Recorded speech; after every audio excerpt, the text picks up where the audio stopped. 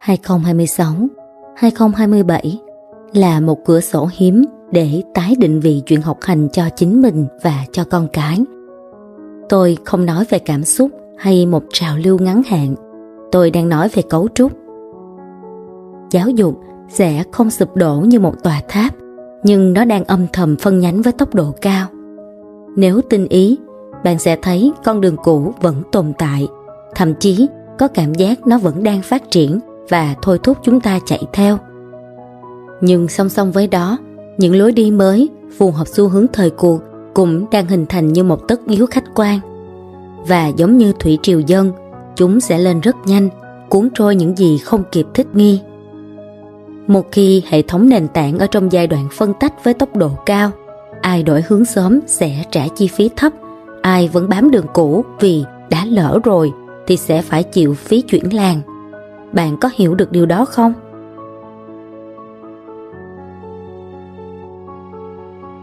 Đó là khi bạn dành 4 năm đại học, thậm chí 6-7 năm để theo đuổi một ngành nghề mà thị trường bây giờ không còn xem là lợi thế. Là khi bạn tích lũy hàng loạt những chứng chỉ để cảm thấy an toàn hơn, rồi nhận ra chúng không chuyển hóa thành năng lực thực tế. Là khi con cái chúng ta học rất chăm chỉ, điểm số rất đẹp và hồ sơ rất sáng, nhưng khi bước ra cuộc đời lại bối rối không biết mình tạo ra được giá trị gì và sẽ làm việc ở đâu. Vậy câu hỏi đặt ra, phí chuyển làng là gì? Cái phí chuyển làng mà Kim nói tới, nó không chỉ là con số trên hóa đơn, đó là thời gian bị khóa lại, là cơ hội bị bỏ lỡ, là áp lực tâm lý khi phải bắt đầu lại, là những đêm tự hỏi liệu mình có đang đi sai hướng, là cảm giác hụt hẫng vì đã đầu tư quá nhiều vào một lộ trình không còn phù hợp với thời cuộc. Tôi biết có những vị phụ huynh vẫn đang tin rằng chỉ cần vào trường tốt, ngành hot, thêm một vài chứng chỉ quốc tế là đủ. Tôi cũng biết có những bạn trẻ tâm niệm rằng phải gắng học lên cao, bằng cấp càng nhiều thì càng an toàn. Nhưng nếu cấu trúc của thế giới đã thay đổi, thì việc đặt tất cả vào bằng cấp trong một cấu trúc cũ sẽ chỉ làm cho bạn mắc kẹt sâu hơn. Trong vòng 5 năm tới nữa thôi, bằng cấp sẽ không còn là tấm vé bảo đảm cho tương lai. Và nhiều gia đình sẽ chỉ nhận ra điều đó khi đã quá muộn. Cuộc phân loại của nhân loại không diễn ra trong phòng họp, nó bắt đầu trong lớp học. Bởi vì khi hệ thống bắt đầu đặt lại câu hỏi về con người, thì đó không còn là cải tiến kỹ thuật, đó là tái cấu trúc tư duy. Chúng ta đang sống trong một giai đoạn mà bằng cấp đang mất dần vị thế bảo chứng. AI làm thay đổi giá trị của tri thức toàn cầu. Và bây giờ, khoảng cách giữa giáo dục và thị trường đang kéo giãn ra nhanh hơn bao giờ hết. Hệ thống giáo dục hiện tại, trong rất nhiều trường hợp, chúng ta đang đào tạo cho một thế giới đã đi qua. Nó không còn phù hợp với sự vận hành của thế giới mới nữa. Và nếu chúng ta không nhìn thấy sự dịch chuyển này từ sớm, thì chúng ta có thể đang đầu tư rất nhiều thời gian, tiền bạc và kỳ vọng cho một cấu trúc đang âm thầm thay đổi ngay dưới chân mình. Nếu bạn vẫn tin rằng chỉ cần học giỏi, có tấm bằng cấp tốt và đi theo một lộ trình chuẩn, vậy là đủ an toàn, thì có lẽ tập podcast này sẽ khiến bạn phải suy nghĩ lại. 2026 đến 2027 là giai đoạn hệ thống đã bắt đầu dịch chuyển nhưng chưa cố định. Làn đường mới đã mở nhưng chưa đông đúc. Đây chính là khoảng thời gian hiếm hoi để tận dụng ưu thế, để chủ động đổi hướng mà không phải phá vỡ quá nhiều thứ. Hãy tưởng tượng bạn đang lái xe trên một cao tốc một chiều. Bạn đã đi con đường này nhiều năm. Bạn biết từng khúc cua. Bạn tin rằng chỉ cần giữ tốc độ và đi tiếp, bạn sẽ đến nơi an toàn. Rồi phía trước xuất hiện một tấm biển báo nhỏ, một lối rẽ mới, ít xe hơn, rộng hơn, dẫn về một hướng khác để đi đến nơi cần đến. Bạn có thể nhìn thấy nó, nhưng vì đã quen đường cũ, bạn tự nhủ, chắc chưa cần đổi đâu. Rồi bạn tiếp tục lao đi con đường cũ đó. Vài cây số sau, giao thông bắt đầu đông, rồi xuất hiện công trường, làn đường thì thu hẹp, tốc độ giảm mạnh. Bạn bắt đầu nhận ra có điều gì đó đang thay đổi. Bạn muốn chuyển hướng, nhưng cao tốc là đường một chiều, không có điểm quay đầu. Bạn vẫn phải tiếp tục chen vào dòng xe dày đặc, chịu áp lực từ mọi phía và chấp nhận rủi ro không lường trước. Ở chính cái lúc đó, đổi hướng không còn là lựa chọn chiến lược, nó là phản ứng sinh tồn. Và phản ứng sinh tồn thì luôn tốn kém hơn là sự chuẩn bị trước. Giáo dục hôm nay cũng như vậy. 2026 đến 2027 là tấm biển báo dần xuất hiện. Từ 2028 trở đi là đoạn đường bắt đầu đông lại. Và 2030 là lúc bạn nhìn thấy mình đang ở đâu trên cái con đường đó. Nếu đủ tinh ý và dám chủ động chuyển hướng ngay khi hệ thống còn đang phân tách thì chi phí sẽ thấp. Còn nếu bạn đợi đến khi mọi thứ hiện ra thật rõ ràng rồi mới buộc phải xoay chuyển, thì bạn sẽ phải trả giá cao hơn bằng thời gian, bằng tiền bạc và bằng áp lực tâm lý. Vì thế, câu hỏi không phải là giáo dục có thay đổi không, mà câu hỏi nên là bạn có muốn tiếp tục đi trên cao tốc cũ khi nhìn thấy biển báo mới không? Dưới góc nhìn phân tích cùng chim tinh học, trong tập podcast này, tôi sẽ chia sẻ 3 xu hướng đầu tư giáo dục sẽ phổ biến trong những năm tới, nhưng thực chất là đốt tiền và đốt cả tương lai. Và vì sao chúng lại hấp dẫn đến như vậy? Đồng thời, tôi cũng sẽ nói về những cơ hội ẩn ở bên trong làn sóng này cho những ai có chung tầm nhìn. Và như mọi sự phân nhánh trong lịch sử, người nhìn thấy sớm sẽ có lợi thế, người nhìn thấy muộn hơn sẽ phải thích nghi trong áp lực. Sự chuyển đổi của giáo dục trong giai đoạn này là tất yếu khách quan. Nó không phải là một cuộc cải cách nhỏ, nó là một sự thay đổi trong cách chúng ta định nghĩa con người và năng lực.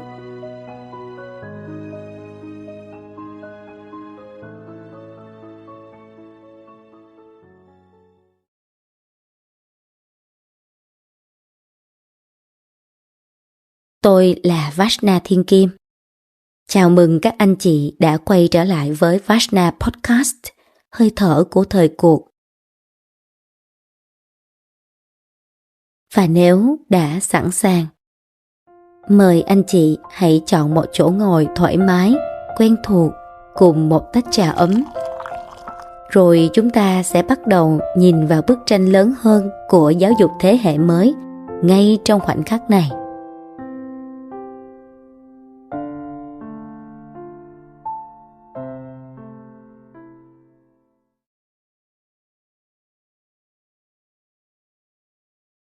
Các anh chị thân mến, 2 ngày trước thôi, Kim mới nhận lời tham gia trình bày tham luận tại một hội thảo khoa học do Liên hiệp hội Khoa học Kỹ thuật tỉnh Lâm Đồng tổ chức vào đầu tháng 4 này, phối hợp cùng trường cao đẳng Bình Thuận và tiến sĩ Trần Xuân Trường, trưởng khoa nội Bệnh viện Chợ Rẫy.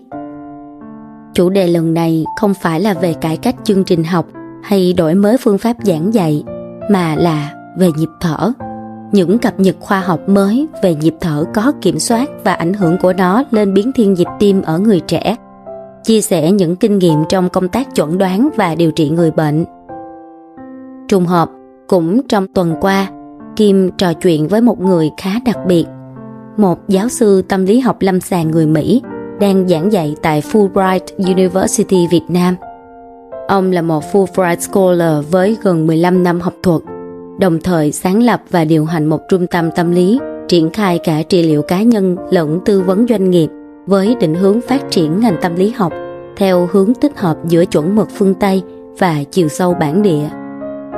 Cái điều khiến Kim chú ý không phải là cái vị thế học thuật của ông, mà là cách ông chủ động đưa ra mối quan tâm về sức khỏe môi trường, khủng hoảng khí hậu và hành vi con người, những chủ đề mà Kim theo đuổi nhiều năm.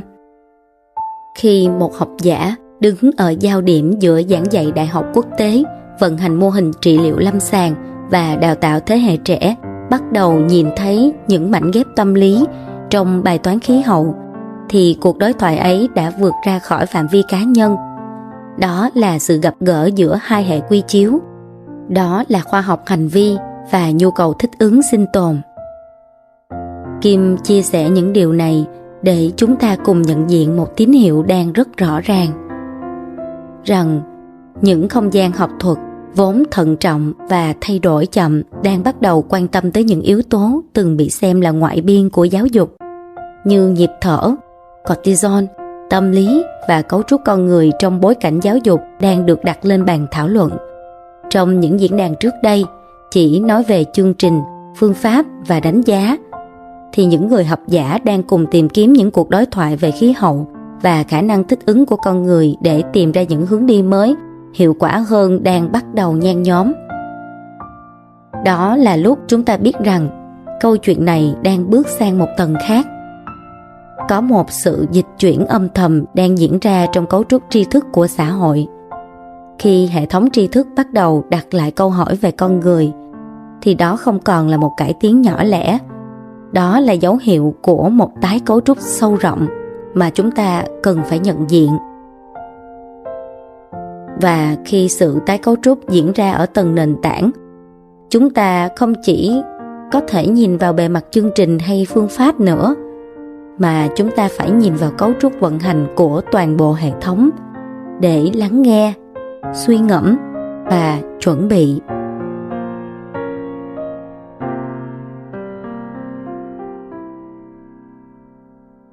Vậy, điều gì đang khiến hệ thống tri thức buộc phải dần quay trở lại câu hỏi về con người?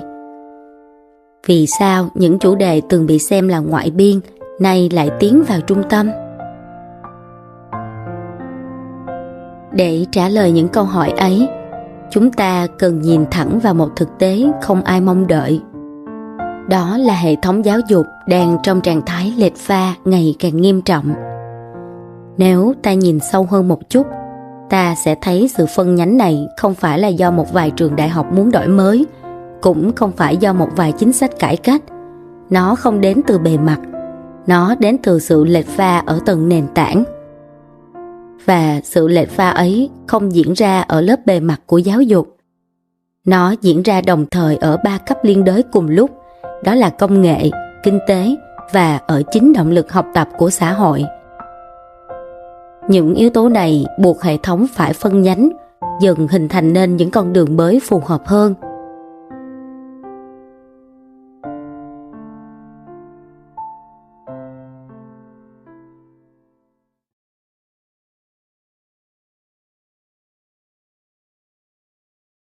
Trong nhiều thập kỷ, tri thức là thứ khan hiếm, giá trị. Ai nắm được càng nhiều thông tin hơn thì người đó càng có vị thế cao hơn. Hệ thống giáo dục trước đây được xây dựng dựa trên tiền đề ấy. Đó là sự tích lũy kiến thức, ghi nhớ, tái hiện chính xác và phát triển. Nhưng bây giờ, khi AI xuất hiện, tri thức không còn nằm trong sách, nó nằm trong một đoạn prompt kỹ thuật. Một sinh viên năm nhất hôm nay có thể dùng AI để viết một bản phân tích mà trước đây cần vài năm học hành để hoàn thành. Một nhân viên mới ra trường có thể nhờ công cụ hỗ trợ để xử lý dữ liệu trong vài phút, một công việc từng là lợi thế của những người nhiều kinh nghiệm. Rồi những vị trí entry level từng là bước đệm để người trẻ học hỏi và tích lũy kinh nghiệm đang dần bị tự động hóa. Máy móc đang làm tốt hơn ở hầu hết các công việc mang tính quy trình. Khi AI có thể truy xuất và xử lý thông tin trong vài giây, nó khiến kiến thức không còn khan hiếm. Nó khiến khả năng ghi nhớ không còn là lợi thế. Nó khiến việc làm đúng quy trình không còn tạo ra giá trị vượt trội nữa. Và điều nghịch lý là rất nhiều trường học vẫn đang định giá con người dựa trên những tiêu chí ấy. Vậy mới thấy AI không chỉ thay đổi nghề nghiệp, mà AI đang thay đổi định nghĩa của việc học.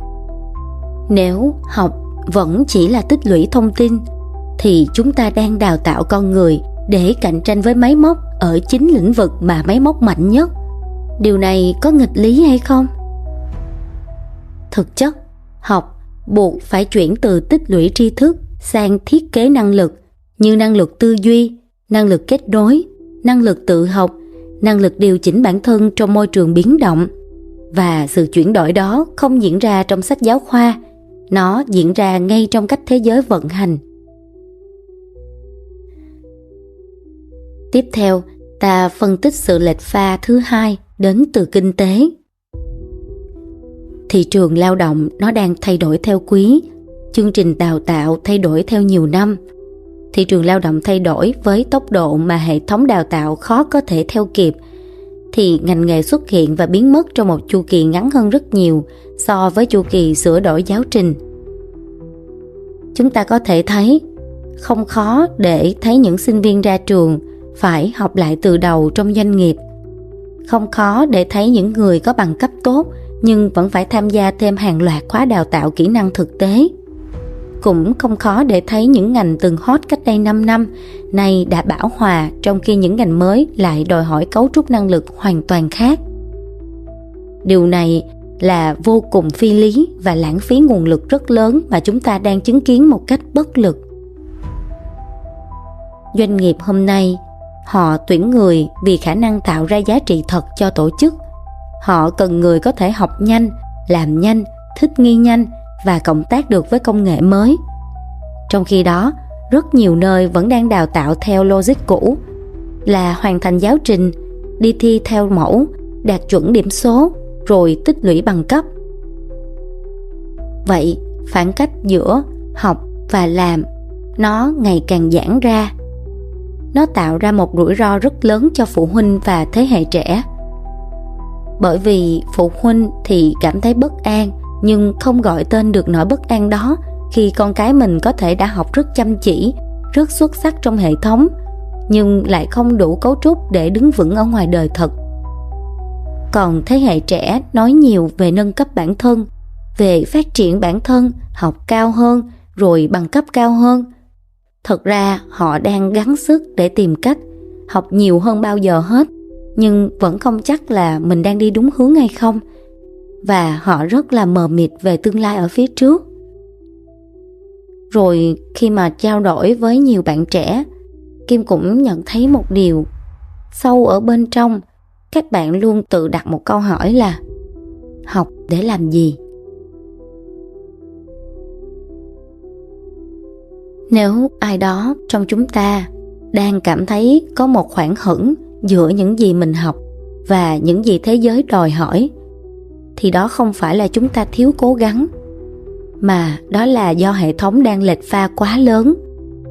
Và điều đó đôi khi vô tình tạo ra sự hoang mang, đập tan đi tài năng và nhiệt huyết mà chúng ta vốn dĩ có thể mang tới xã hội này. Đó là một vấn đề lớn mà hệ thống toàn xã hội đang phải đối mặt, mà chính những con người ấy đôi khi cũng chưa kịp nhận diện được điều gì đang xảy ra với mình. Tiếp đến, chúng ta sẽ phân tích sự lệch pha thứ ba, tinh tế hơn, nhưng có lẽ là tầng sâu nhất. Chúng ta đang bước vào một chu kỳ mà tâm lý xã hội muốn tái lập lại động lực học tập một cách tự động. Xã hội đang mất dần niềm tin vào đường ray cũ. Đó là học tốt ở trường, vào đại học danh tiếng, ra trường có việc làm ổn định, rồi tăng lương theo thâm niên. Cuộc đời sẽ đi theo một quỹ đạo tương đối là dự đoán được. Ở trong nhiều thập kỷ qua, mô hình ấy vận hành tương đối hiệu quả. Nó tạo ra cảm giác an toàn. Và vì thế, giáo dục được thiết kế xoay quanh mô hình đó. Nhưng khi công nghệ thay đổi tốc độ thị trường, khi nghề nghiệp biến mất nhanh hơn dự kiến, khi những vị trí từng ổn định này trở nên mong manh, thì niềm tin vào quỹ đạo cũ bắt đầu lung lay. Chúng ta có thể thấy điều này qua những câu hỏi rất đời thường. Phụ huynh sẽ bắt đầu hỏi: học ngành này có chắc còn việc sau 10 năm không? Còn thế hệ trẻ bắt đầu hỏi: mình đang học vì điều gì? Vì đam mê hay sợ thất nghiệp? Ta sẽ thấy người ta nói chuyện nhiều hơn về cao học, về chứng chỉ quốc tế, về nâng cấp bản thân. ta cũng thấy nhiều người trung niên quay lại giảng đường. Ta thấy thế hệ trẻ vừa học, vừa tìm kiếm những chương trình khai phóng, những khóa học về tâm lý, về sinh học, về môi trường. Thì đây không phải là trào lưu, đây là phản ứng tâm lý tập thể.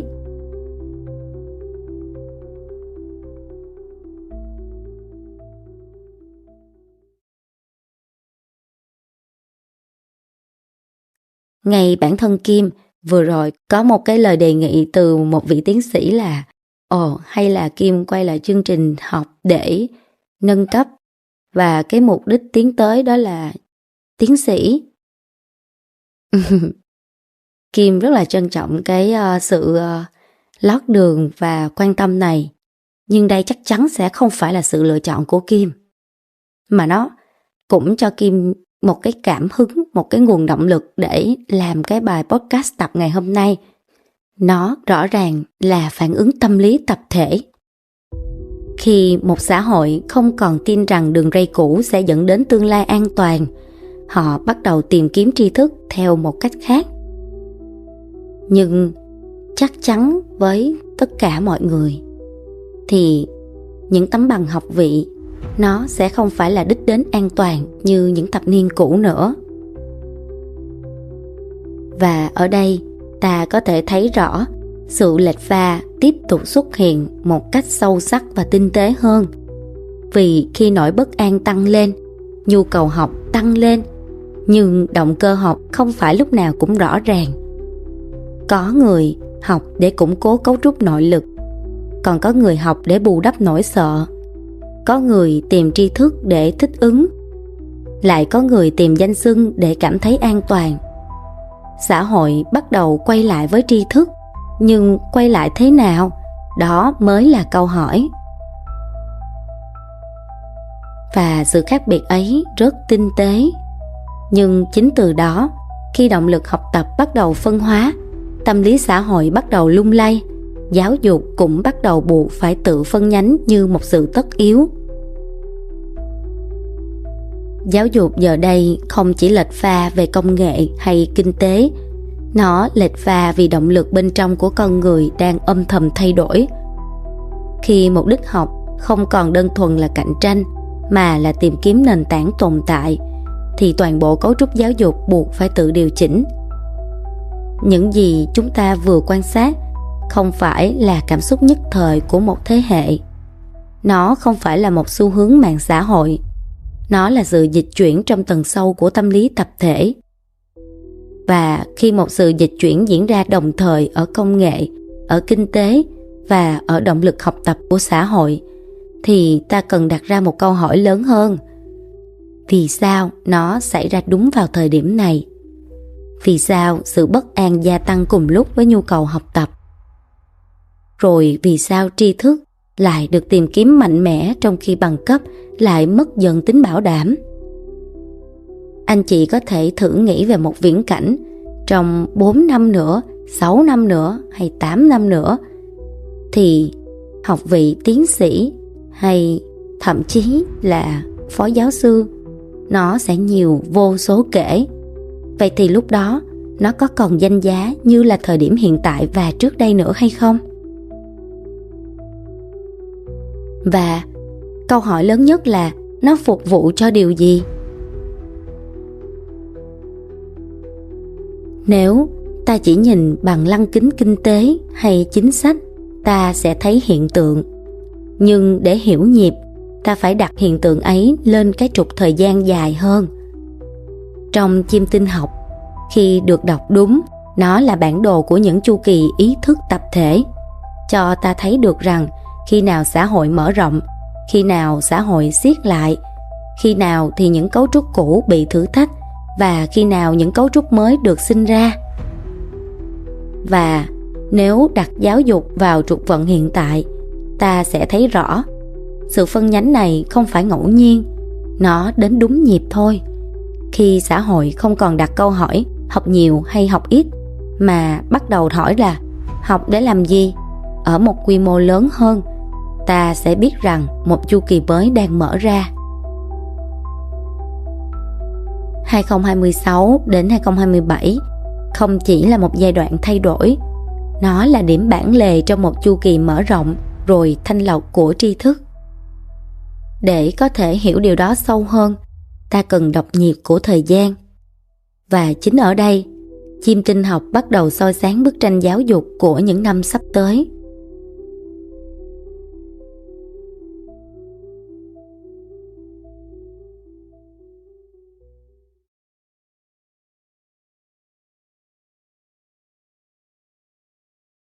Các anh chị thân mến, khi đặt giáo dục lên trục thời gian dài hơn, ta sẽ thấy sự chuyển dịch hiện tại không phải là một phản ứng ngẫu nhiên của xã hội, nó nằm trong một chu kỳ.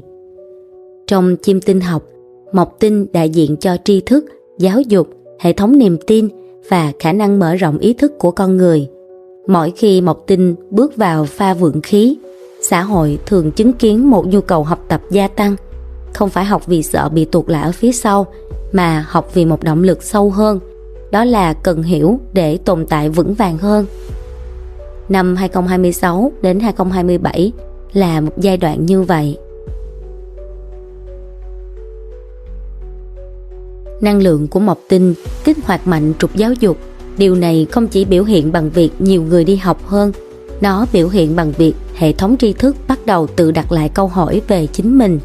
Những lĩnh vực liên quan trực tiếp đến cấu trúc con người và khả năng thích ứng sẽ được quan tâm rõ rệt hơn, như trong y khoa, tâm lý học, công nghệ sinh học, dinh dưỡng, môi trường, giáo dục khai phóng, học bổng và chương trình nghiên cứu mở rộng không chỉ vì chiến lược kinh tế mà là vì nhu cầu xã hội thực sự. Đây chính xác là chu kỳ mở rộng. Nhưng chu kỳ mở rộng luôn đi cùng một phép thử. Khi mộc tinh dịch chuyển qua sư tử, năng lượng của danh xưng, hình ảnh và sự công nhận cũng sẽ được kích hoạt. Sư tử đại diện cho cái tôi, cho nhu cầu được nhìn thấy. Khi tri thức đi qua vùng năng lượng này, sự học tập có thể trở nên phô bày hơn, bằng cấp có thể được xem như biểu tượng của vị thế, danh hiệu có thể được dùng để tạo cảm giác an toàn trong một thế giới bất ổn. Chính vì vậy, 2026 đến 2027 sẽ không chỉ là làn sóng học tập thật, nó cũng là làn sóng học để được nhìn thấy. Và ở tầng bề mặt, xã hội nói nhiều hơn về giáo dục thực chất. Ở tầng sâu thì chất lượng học bắt đầu phân hóa. Song song với mộc tinh, thổ tinh cũng đang đóng vai trò quan trọng trong chu kỳ này. Nếu mộc tinh mở rộng thì thổ tinh sẽ siết lại. Thổ tinh đại diện cho cấu trúc, cho thực tế, cho phép thử của thời gian. Nó không quan tâm bạn có bao nhiêu bằng cấp, nó quan tâm cấu trúc nội lực của bạn có đủ bền vững không. Khi thổ tinh tạo áp lực lên hệ thống, những mô hình dựa trên hình thức nhưng thiếu nội lực sẽ dần lộ ra giới hạn. Trong giáo dục, điều đó có nghĩa là bằng cấp không còn tự động chuyển hóa thành năng lực. Danh xưng không còn đảm bảo được vị thế lâu dài. Những lộ trình học tập xây dựng trên sự an toàn giả định sẽ bị thử thách. Vì vậy, giai đoạn 2026 đến 2027 nó mang một đặc tính rất đặc biệt. Vì sự mở rộng và thanh lọc sẽ diễn ra đồng thời. Các anh chị sẽ thấy xã hội sắp tới được khuyến khích học nhiều hơn, nhưng đồng thời cũng bị buộc phải học để mang tới giá trị đóng góp thật hơn.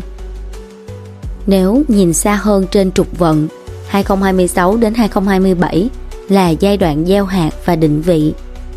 2028 đến 2029 là giai đoạn sự phân hóa bắt đầu rõ hơn. Những ngành học chỉ dựa vào danh xưng sẽ bão hòa nhanh. Những cấu trúc thiếu nội lực sẽ bắt đầu lộ sự mong manh. Đến năm 2030, kết quả của sự phân nhánh sẽ hiển lộ ở tầng năng lực thực tế, không còn trên hồ sơ giấy tờ. Một nhóm đã xây dựng cấu trúc phù hợp với thế giới mới là họ sẽ hiểu cơ thể mình, hiểu tâm lý mình, hiểu cách công nghệ vận hành, hiểu quy luật của môi trường sống. Họ không chỉ có bằng cấp, mà họ có khả năng tự học và tự điều chỉnh.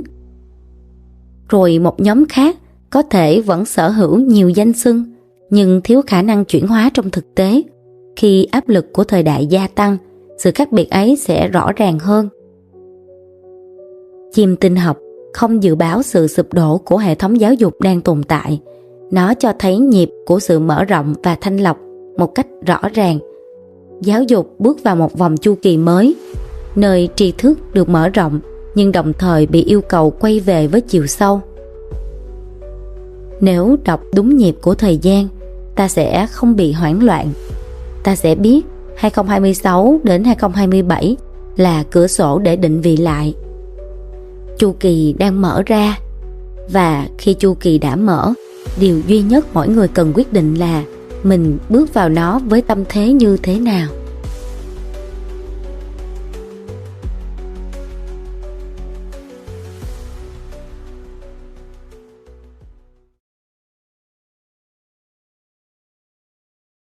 Các anh chị thân mến, khi mộc tinh mở rộng, con người cảm thấy cần học nhiều hơn.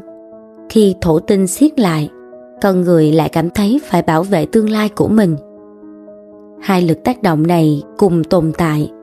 Một lực khiến ta hưng phấn với tri thức, một lực khiến ta lo lắng về sự bền vững. Và khi hưng phấn đi cùng lo lắng, quyết định sẽ dễ bị chi phối bởi cảm xúc nhiều hơn là cấu trúc. Chim tinh không chỉ cho thấy cơ hội, nó còn cho ta thấy điểm dễ sai lầm nếu không tỉnh táo nhận ra. Như đã phân tích, trong chu kỳ 2026 đến 2027, xã hội sẽ đầu tư mạnh vào giáo dục. Nhưng khoản đầu tư đó phần lớn không xuất phát từ chiến lược dài hạn, nó xuất phát đầu tiên từ nỗi sợ bị tụt lại. Vì vậy, như Kim có nói từ đầu podcast này, có 3 kiểu đầu tư giáo dục sẽ bùng lên rất mạnh trong giai đoạn này. Chúng trông có vẻ thông minh, hợp thời và thậm chí là được cổ vũ rộng rãi. Phụ huynh sẽ sẵn sàng chi nhiều hơn, người trẻ cũng sẵn sàng học nhiều hơn. Nhà đầu tư thì nhìn thấy cái làn sóng giáo dục và bắt đầu rót vốn. Nhưng nếu nhìn từ cấu trúc chu kỳ, không phải mọi dòng tiền trong chu kỳ này đều tạo ra giá trị bền vững. Có 3 dạng rất dễ mắc phải. Kim sẽ chia sẻ để anh chị tham khảo. Đầu tiên, tích lũy bằng cấp theo phản xạ tâm lý. Khi trạng thái tâm lý bất an lên cao, bằng cấp tiếp tục trở thành tấm khiên tâm lý. Phụ huynh cho con đi học thêm một cái bằng khác cho chắc chẳng hạn. Người trẻ thì đăng ký thêm thạc sĩ vì thấy ai cũng đi học. Hồ sơ thì ngày càng dày hơn, nhưng năng lực không thay đổi tương ứng. Rủi ro ở đây không nằm ở bằng cấp. Rủi ro nằm ở việc học mà không gắn với chiến lược dài hạn. Trong chu kỳ mộc tinh đi qua vùng năng lượng phô trương, danh xưng tăng rất nhanh. Nhưng khi thổ tinh siết lại, chỉ năng lực thật mới có thể giữ được giá trị. Anh chị đặt câu hỏi cho con rằng con học xong để xây năng lực gì, chứ không phải để thêm danh hiệu gì. Đây là một cái lối tư duy rất là quan trọng để định hình tương lai cho các con trong giai đoạn sắp tới. Điều thứ hai là chạy theo cành tăng trưởng mà không đánh giá cấu trúc cá nhân. AI, công nghệ sinh học, môi trường, dữ liệu đều là những lĩnh vực tăng trưởng thật, nhưng tăng trưởng không đồng nghĩa với phù hợp. Nhiều gia đình đang định hướng cho con theo ngành của tương lai mà chưa từng hỏi con có cấu trúc tư duy phù hợp hay không. Đối với những nhà đầu tư giáo dục, đây cũng là một cái bẫy quen thuộc. Rót vốn vào EdTech, AI Education, program quốc tế chỉ vì thị trường đang nóng, mà chưa đánh giá mô hình đó tạo ra năng lực gì thật sự và nó sẽ tồn tại được trong bao lâu trước khi bị tụt hậu. Điều thứ ba, đó là mua môi trường thay vì xây năng lực. Đây là sai lầm tinh tế nhất. Chi cho nhiều tiền để vào trường tốt, chương trình quốc tế, môi trường danh tiếng, nhưng không đầu tư vào khả năng tự học, khả năng tự chịu trách nhiệm, khả năng thích nghi của người học. Ở trong thế giới 2026 đến 2030, kiến thức cụ thể sẽ lỗi thời nhanh, nhưng năng lực tự học thì không. Nếu một đứa trẻ không được rèn khả năng tự cập nhật mình, thì dù học ở môi trường tốt đến đâu, lợi thế ấy cũng chỉ kéo dài trong ngắn hạn. Chu kỳ này sẽ tưởng thưởng cho người đầu tư đúng cấu trúc, không phải học nhiều hơn mà phải học đúng hơn, không phải cần rót vốn nhanh hơn mà phải xây dựng nền tảng bền vững phù hợp. Giáo dục trong giai đoạn này không phải là một cuộc đua, nó là một quá trình tái định vị lại cấu trúc vận hành.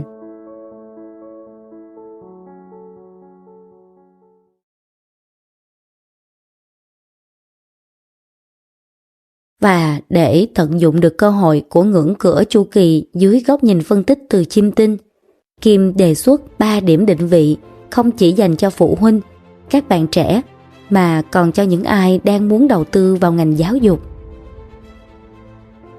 Thứ nhất, hãy chuyển từ chọn ngành sang xây cấu trúc.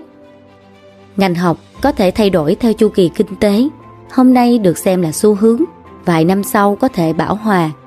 Nhưng cấu trúc năng lực mà một con người xây dựng trong quá trình học, nó sẽ đi theo họ suốt nhiều thập kỷ.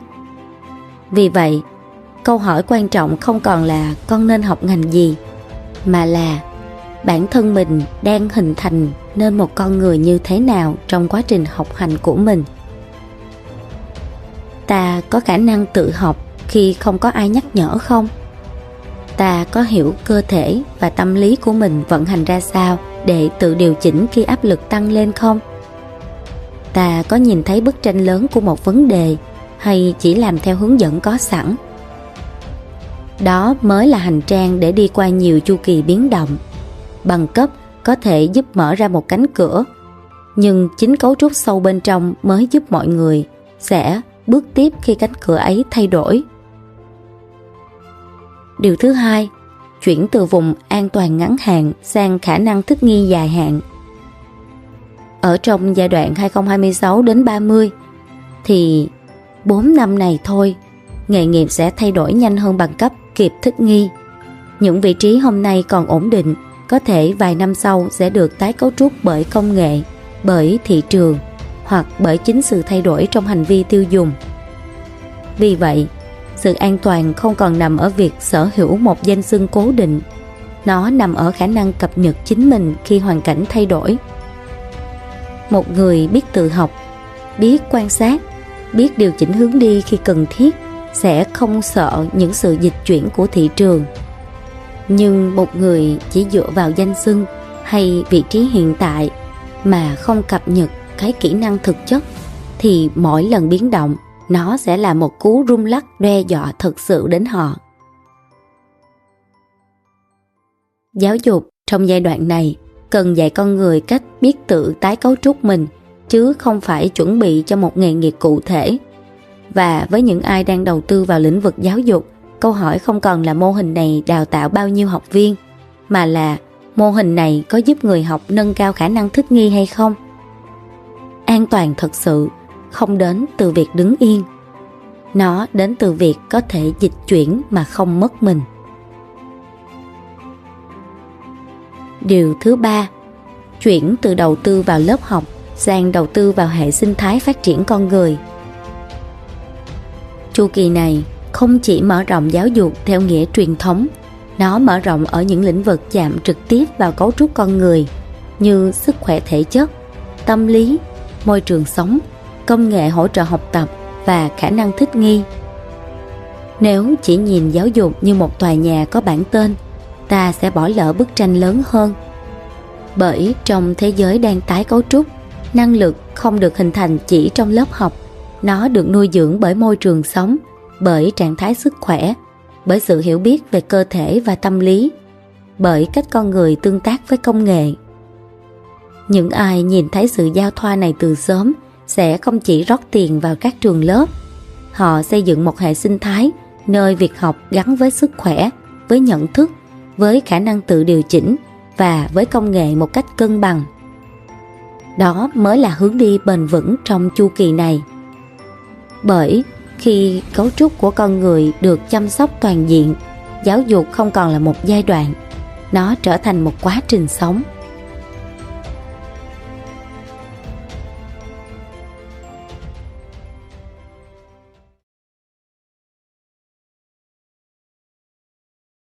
Các anh chị thân mến, sau tất cả những phân tích về chu kỳ, về sự lệch pha, về những phân nhánh đang dần hình thành, Có lẽ điều quan trọng nhất không phải là chúng ta hiểu bao nhiêu thông tin, mà là chúng ta có dám nhìn lại cách mà mình đang học hay đang dạy hay không. Giáo dục vốn dĩ chưa bao giờ chỉ là chuyện trường lớp. Nó là cách mà một thế hệ chuẩn bị tâm thế để bước vào thế giới. Và khi thế giới thay đổi nhịp vận hành, giáo dục cũng buộc phải thay đổi cách tiếp cận. Trong bất kỳ giai đoạn tái cấu trúc nào của lịch sử, luôn có một nhóm người không đợi đến khi khủng hoảng rõ ràng thì mới hành động. Họ đọc được nhịp chuyển khi nó còn rất nhỏ. Họ thay đổi cách học trước khi bằng cấp mất giá. Họ đầu tư vào những mô hình giáo dục mới khi số đông vẫn còn bận rộn bảo vệ mô hình cũ. Họ xây dựng những hệ sinh thái nuôi dưỡng năng lực khi xã hội còn đang tranh luận xem có nên cải cách hay không. Có những sự chuyển động không ồn ào, không có tuyên bố cải cách lớn, không có những cuộc cách mạng nhìn thấy bằng mắt thường, nhưng ở tầng sâu hơn, cách con người định nghĩa về tri thức, về năng lực, về tương lai đang âm thầm dịch chuyển. Có thể chúng ta không nhận ra ngay hôm nay, nhưng vài năm nữa thôi, khi nhìn lại, ta sẽ thấy rằng giai đoạn 2026 đến 2027 giống như một khúc cua vậy đó. Không phải là khúc cua gấp khiến mọi thứ đổ vỡ, mà là một khúc cua đòi hỏi người lái xe phải tỉnh táo hơn một chút và ra quyết định nhanh chóng.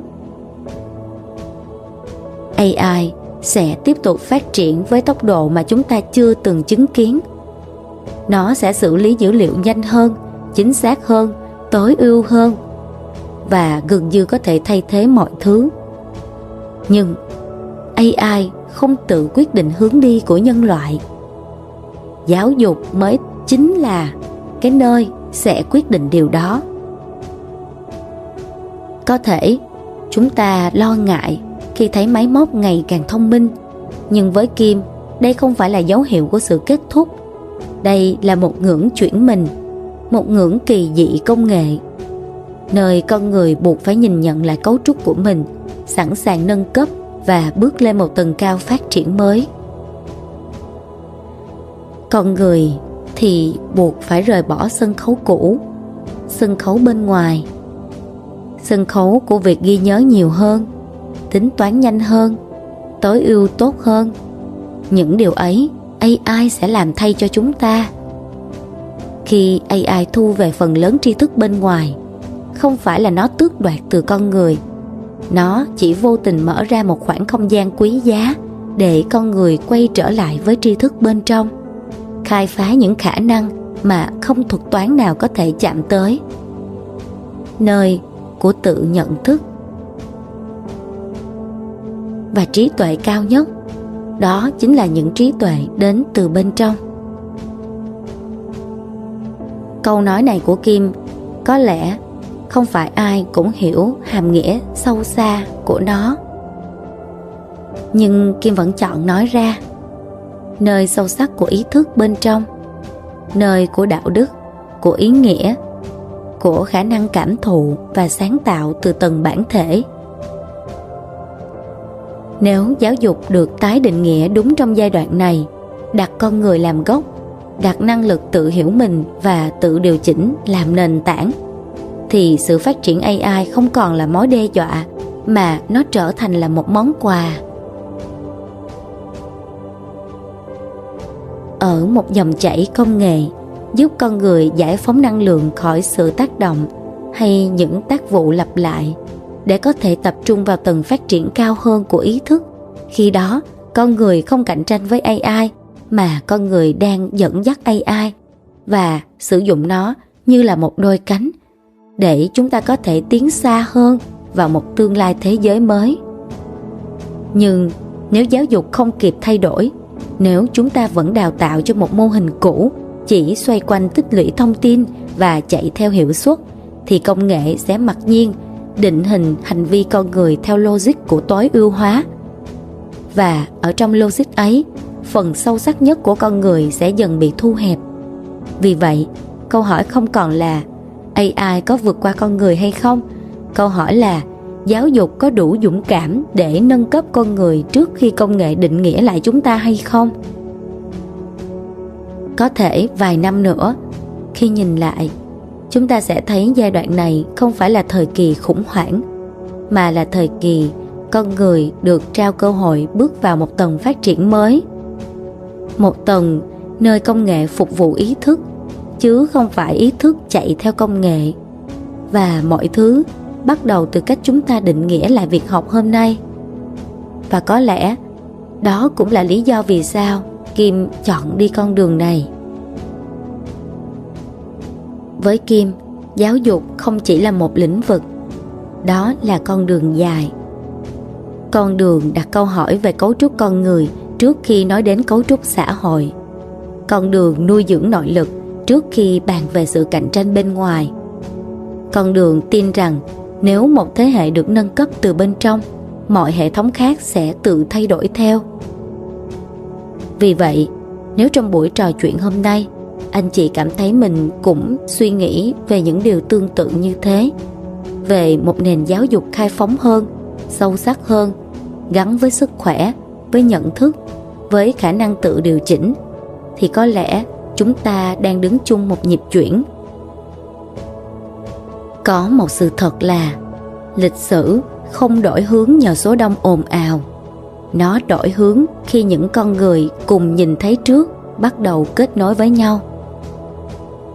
Và biết đâu, chính từ những cuộc trò chuyện như thế này, một hệ sinh thái mới cho thế hệ tiếp theo sẽ dần được hình thành.